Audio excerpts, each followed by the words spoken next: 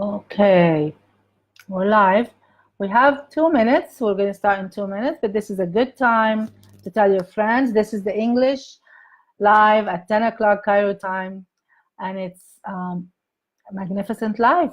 We're creating a magnificent life together on this journey. If you've been with me, this is, I believe, the 10th live. You don't have to follow them in consequence, but it would be helpful to at least see the first two together, and then they are numbered on my YouTube. I put them up on my YouTube, and just start there and see how you can, one step at a time, 1 week at a time, one video at a time, start creating the magnificent life you've been wanting.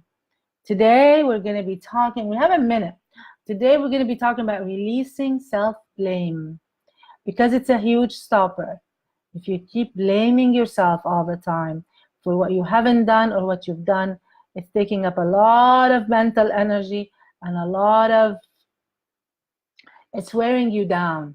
So instead of doing what you should be doing to move forward in the world, your dream, your magnificent life, you're just being loaded with this self-blame, okay? So if you're here, please let me know your name, where you're from.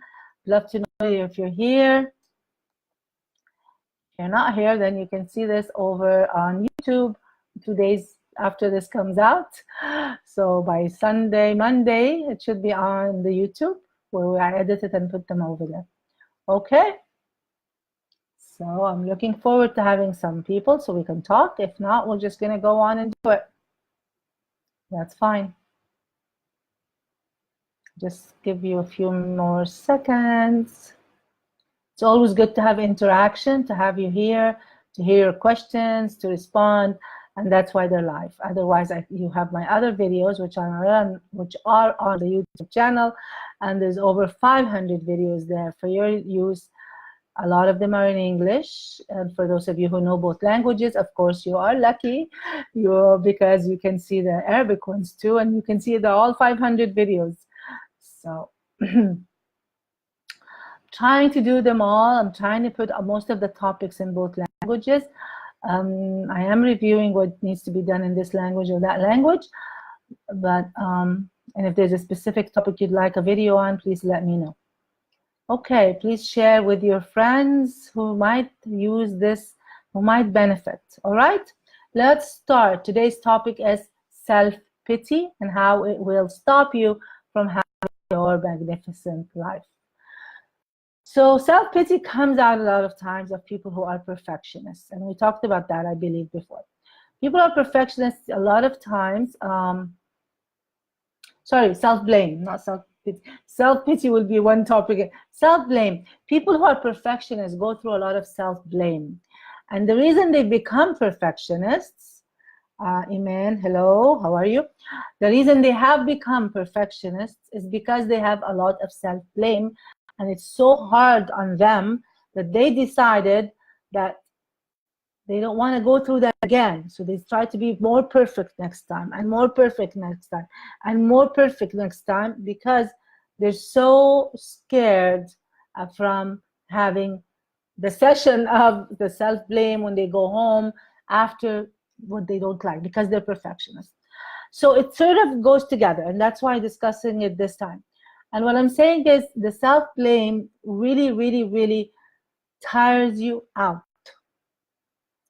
It's reviewing what you did or didn't do and the way it should have been done, and blaming and blaming and blaming. I should have. When you work with someone who has a lot of self-blame, they keep saying, I should have, I should have, I should have, I should have, I should have. So what we say is, quit shoulding on yourself. Quit saying should. Quit saying should. Quit shoulding on yourself, because you're continuously telling your mind, I should have done this and I should have done that. I shouldn't have done this and I shouldn't have done that. And it's really tiring you out. It's taking so much energy. It's also putting you in what we call the stress mode. And when you're in the stress mode, we've discussed this before, but I'm going to review it again. This part of the brain, the creative part, shut down, total shutdown. It just says, no, we don't need creativity right now. We have an issue. We have a big story to deal with. We're in stress mode. There's all this adrenaline physically filling the body, trying to deal with, there's a disaster, there's threat, there's something going on. There's something going on. She made a big mistake. And because you're in the stress mode, there's no room for creativity. So you can't sit and do anything. You can't bake a proper cake. You can't do a good meal. You can't, you can't write your book. You can't produce your whatever you want to produce. You can't be creative. You can't be you. You can't be you because you're so stressed because of all this self-blame. So one thing to do is to tap on that. Figure out what are you blaming yourself so much on? And it's one way to get out of that perfectionism too, because once you start tapping every day, hopefully, or every week, or every other day, preferably than every week, you're killing that, or you're releasing that, you're removing the programming. This has been a program that was put in you by your parents, maybe by their caregivers, maybe by your teachers, maybe by your coach, your sports coach. They were pushing you to be perfect. Excuse me. And that programming can be removed. Luckily, we now know you can get rid of the program. Okay? Let me see who's here. Hello, Iman. Okay, thank you. So you can get rid of the program. It's just a program. It's a program your parents put in you or somebody else did, and you took it in and like a sponge, and it's there. And you think you have to self-blame. And to avoid the self-blame, you think you have to be a perfectionist. We discussed that. So what you're going to do is tap. And let me just do a general tapping for self-blame. Even though I do a lot of self-blame, I do a lot of should and shouldn't have, I totally and completely accept myself. And if you can't say that, say I'm okay. Or I accept where I'm at right now. That's another way, just where I'm at right now. I accept who I am right now. Even though I do a lot of self-blame, I accept who I am right now. Even though I do a lot of self-blame, and it's tiring me out, and it's wearing me out, I totally and completely accept where I am right now. All this self-blame, all this self-blame, all this blame, all this blame, all these shoulds, all these should-haves, all these I should have, all this I should have, all this self-talk, blaming and blaming, yelling and yelling, cussing myself out, telling myself, almost beating myself up, sometimes punishing myself, actually punishing myself, talking really badly to myself, telling it that you're not good enough, you don't do this right, you don't know what you're doing, how could you, are you stupid? Maybe I'm cussing it out, I'm using bad language with it. All this self-blame, really not nice. I'm really mean to myself. I really abuse myself. I mean, if I was doing that to a friend, they definitely would not be my friend. And if I was doing that to a child, it would be called abuse. And I can't do that to an employee for sure. I'd probably lose my job. Oh my God, what I do to myself. Oh my God, what I do to myself. All this self-blame, all this awful beating myself up, all these awful words, all these terrible words to myself, all this blame, all this blame, all this blame, all this blame, all this blame. I want you to take a deep breath, and then we'll see how we're going to switch that a tiny bit.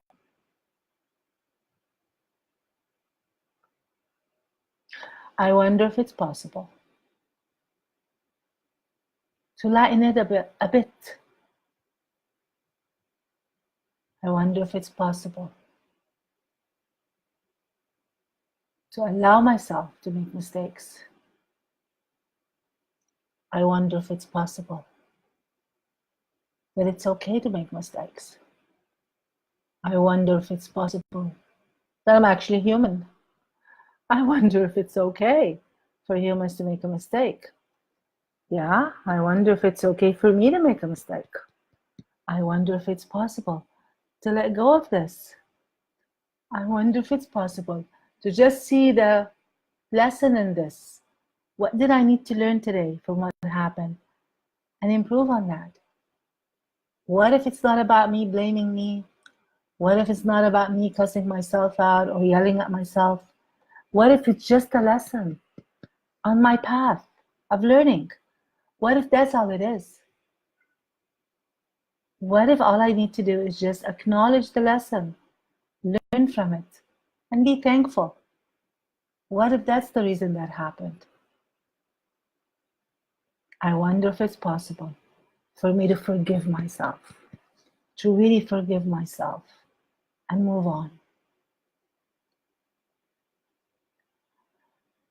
And I would stop here and say, like, how much could I forgive myself? So, like, if it was a client, I would say 10%, 20%, 50%. Where would you be able to?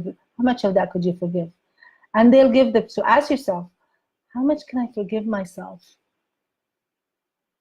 20%. Well, that's not bad. That's better than before. Yeah, 20%. I'm forgiving myself 20% for this. 20% of that I can forgive. Maybe there was a reason for that. I don't know. Maybe I just didn't know better. So 20%, yeah. Well, 30 sounds okay. Yeah, maybe 30% is okay. Yeah, I choose to forgive 30% because really, I didn't have all the information. Maybe next time I just need to try to find more about it before I get really behave that way. Okay, 30%. I didn't have it all then. Yeah, maybe 45. 45 sounds right. Maybe I can forgive 45. Sounds okay to me. Yeah, I choose to forgive 45% of this. 50 sounds perfect. I'll just forgive myself 50%. It's okay. I am human, by the way. It's funny, but I am human. I didn't think I was or something. I was treating myself as if I wasn't. So I guess 50 or 60, maybe 65% could be the case. Yeah. I forgive myself for that. Yeah, I see now how that happened. I see it. I can maybe, there is a lesson in there. Yeah, there is. Yeah, what if, yeah, I can learn from that. I choose to learn from what happened. And I choose to improve on it. I choose to take it as a lesson. In fact, I'm happy that this happened right now because now I know how to avoid it and I'll make sure to improve on that. And wow, I can even think of ways to improve. Oh my God, I can do it better next time. I can react differently. I can, and even the face, although it's not my story, is lightening up. I can see it and I feel lighter. I can react differently. I can say it differently. Wow, yeah, that was good. Now I'm learning from this. It's okay. It's okay to make a mistake. And it's okay to do that. I forgive myself for all that self-blame before. I forgive myself for expecting perfectionism. I forgive myself for expecting that I'm superhuman and I love and accept myself. Now, it might take more than one tapping. You may have to do the first half a while. You might have to do the first half with all this blame, the negative part, a week, every day. Do what needs to be done until it feels lighter and you can start doing the forgiveness and the how much can I forgive myself. But anyway, this tapping, you can do bits of it, you can change your words, you can do whatever you want to do with it. I don't know, I have the cough today. And then see how it feels. It'll feel lighter. Now, this was general about self-blame. It's better for you if you work on specifics. So if I always blame myself on the reports I give, or I always blame myself that I'm late, or I always blame myself that, I don't know, I don't have time for my kids, I didn't give them enough time, then work on that specific issue and you'll be surprised. Not only will somehow, let's say it was not having enough time for the kids, something magic starts to happen and you start to find the time.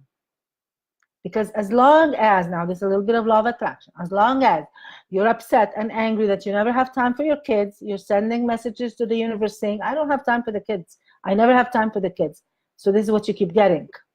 Now, when you release the blame, you're not sending like, I don't have time, I feel awful. You're sending like, I wonder how I can make time. I wonder if I can find time. Somehow the message is different, and your mind will find a way, and the law of attraction will work, and something amazing will happen. 2 weeks later, you say, I don't know how, but now I seem to find time for the kids. It's very strange. Yeah, it is so strange because we didn't know that it all works like this. So in reality, EFT helps us make the law of attraction work. EFT will help us create our magnificent life, because by releasing these stories, we get to do what we want and how we want it. I know it might sound complicated if you've never heard of law of attraction and you don't understand how this works and how is the time going to be created, and this stuff doesn't make sense. But in reality, it's all interrelated, and time is just, it's our mind, and time can be stretched and other things can happen. It's too deep for today's talk. But anyway, later maybe we'll be talking about that. You can Google other people who talk about this. But the law of attraction will kick in when you release this self-blame. I'm just going to check if there's any questions. Rawi Attar, Ronnie, Ahmed, hello. If there's anybody else who has any question or anything. Other than that, this is your homework for people who are trying to create their magnificent life. As I said, every week, this is the work for you. This week, if you have an issue with self-blame, this is the tapping this week. Please do that this week, and we will meet next week with a new issue on how to create our magnificent life. At least improve it 20%. That would be amazing if we had 20% better lives than we have right now.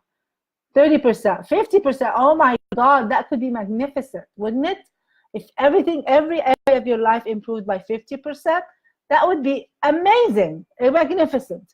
So the word magnificent can be for anything. So for some people, 10% change in their life where they can sleep at night and they have enough money till the end of the month, that's magnificent. So let's start one step at a time to create that. Thank you for being here, and I will see you next week.